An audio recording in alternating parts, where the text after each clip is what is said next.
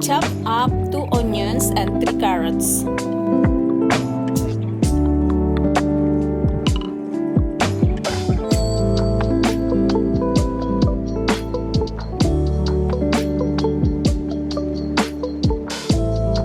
Fry your minced beef over medium heat.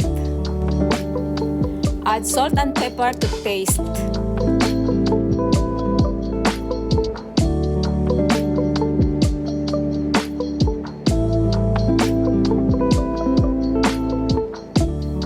Remove the excess fat.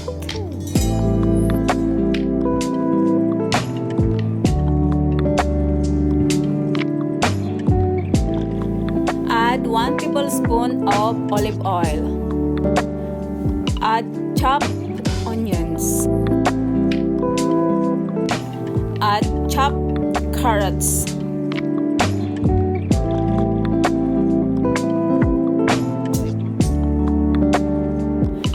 Mix well and cover then cook for further 5 minutes. Add 1 tablespoon flour and 1 tablespoon tomato paste.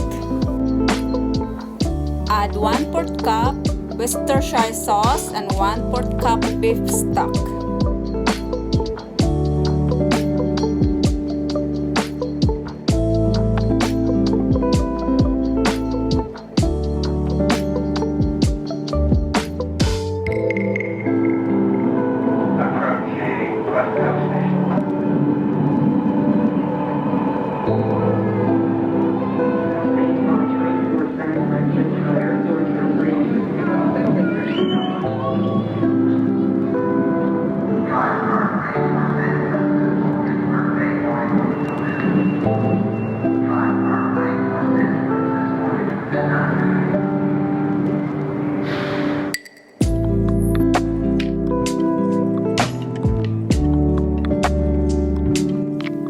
Blind bake at 200°C for 10 minutes.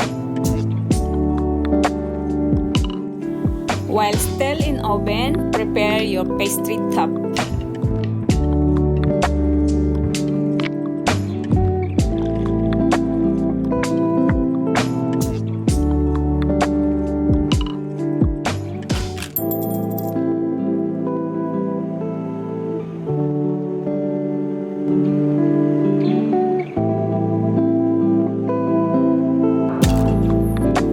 Place the prepared pastry on top.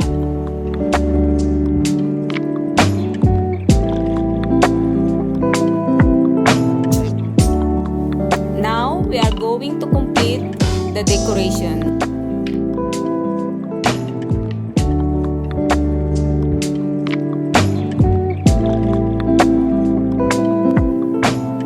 Beat an egg to brush the pastry.